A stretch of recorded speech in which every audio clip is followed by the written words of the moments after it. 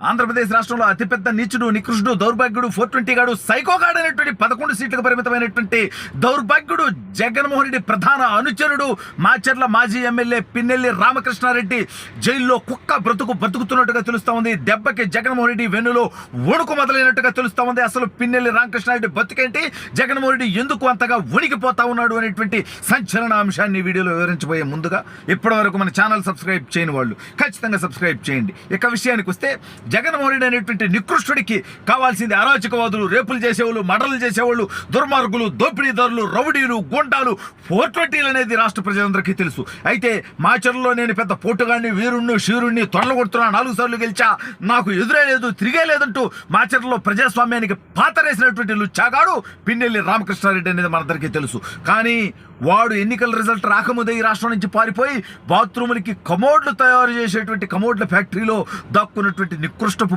బతికాడంటే వాడికి తెలుసో ఘోర ఓటమి వైసీపీ చెందబోతా ఉందని. అయితే ఇప్పుడు పిన్నెల్లి రామకృష్ణారెడ్డి దెబ్బకి తాడేపల్లి కోటలో ఉన్నటువంటి జగన్మోహన్ రెడ్డికి రాత్రులు నిద్రలు కూడా పట్టకుండా వణికిపోతున్నట్టుగా తెలుస్తా ఉంది. పిన్నెల్లి రామకృష్ణారెడ్డి దెబ్బకి జగన్ వణికిపోవడం అనుకుంటున్నారా? పిన్నెల్లి రామకృష్ణారెడ్డి ఇప్పుడు నెల్లూరు జైల్లో కుక్క కంటే హీనమైనటువంటి బతుకుతా ఉన్నాడు.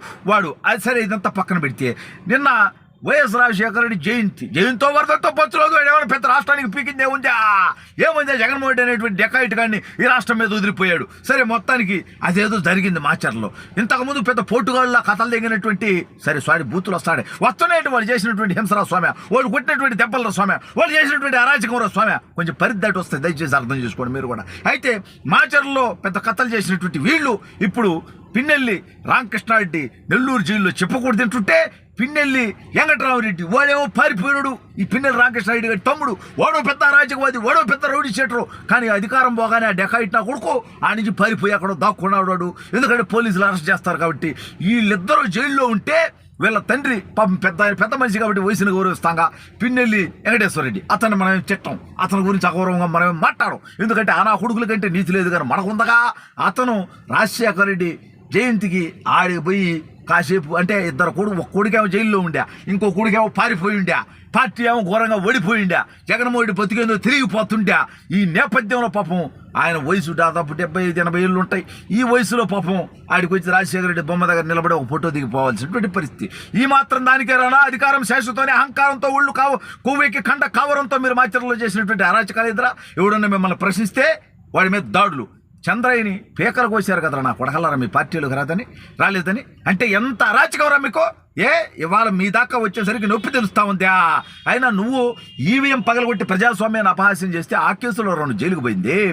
నువ్వు నిన్ను ఆపితే వాళ్ళ మీద దాడులు చేసి ఇప్పుడు అంటే ప్రశ్నిస్తూ ఉంటే పోలీసులు ఏమిరా డెకాయిట్, అసలు ఏం చేసినావు, నీ ప్లాన్ ఏంది, నీ కథ ఏంది, ఆ రోజు పోలింగ్ బూత్ ఎందుకు పగలగొట్టావు, ఏమేమో ఆడున్నటువంటి నంబూరి శేషగిరి అనేటువంటి తెలుగుదేశం పార్టీ ఏజెంట్ని ఎందుకు కొట్టావు, అతని మీద దాడికి ఎందుకు పోయావు, అసలు భయభ్రాంతులకు ఎందుకు గురి చేసావు, అసలు ఏందిరా నీ కథ అంటే తెలీదు, గుర్తులేదు, మర్చిపోయా, నాకేం తెలీదు, అసలు నేనేం చేయలా, నేను సొప్పిని శుద్ధపోసని సాంప్రదాయాన్ని అని చెప్తున్నాడు అంటూ వీడు పోలీసు కస్టడీలో. కాబట్టి ఇట్లాంటి నికృష్టమైనటువంటి బతుకు చూసిన తర్వాత అంటే జగన్ కూడా గతంలో 43,000 కోట్ల ప్రజాధనాన్ని దోచుకొని 16 నెలలు జైల్లో చెప్పకూడదని 10 సంవత్సరాల క్రితం బయటకు వచ్చి ఇప్పటికీ కోర్టుకు హాజరవ్వకుండా ఈ నా కొడుకు బయట తిరుగుతున్నటువంటి విషయం మనందరికీ తెలుసు.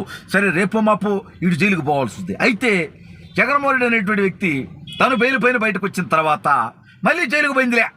ఏది అంటే వాడు శిక్ష పడితే మళ్ళీ పోతాడు, ఇది వేరే కథ. ఈలోపు వాళ్ళ ఫ్యామిలీ చాలామంది పోయారు. అవినాష్ రెడ్డి తండ్రి భాస్కర్ రెడ్డి పోయాడు, ఇంకా వాళ్ళ బంధువులు పోయారు, వాళ్ళ వ్యవహారం, వాళ్ళ సెటప్, వాళ్ళ ప్రధాన అంచుడు శివశంకర్ రెడ్డి పోయాడు.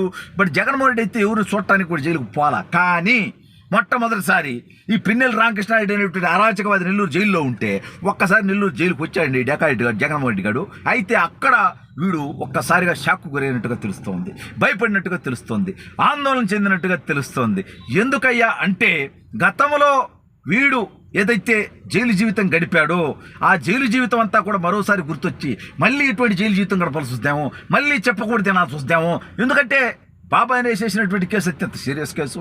ఇది కాకుండా ఈడి మీద 11 సిబిఐ, 8 ఈడీ ఛార్జ్ షీట్లు, కేసులు, కథలు, కమావేశాలు 32 కేసులు ఉన్నాయండి. ఈడి మీద 1 కాదు, 2 కాదు, 2 కాదు, ఏమీ ఆరోపణలు కాదు. ఆల్రెడీ సిబిఐ వేలాది కోట్ల రూపాయల ఆస్తులు అటాచ్ చేసింది, అనేక అంశాల ఆధారాలు ఉన్నాయి. అయితే పిన్నెల్లి రామకృష్ణారెడ్డిని జైల్లో చూసిన తర్వాత మళ్ళీ ఆ పాత రోజులు గుర్తొస్తాడాయి.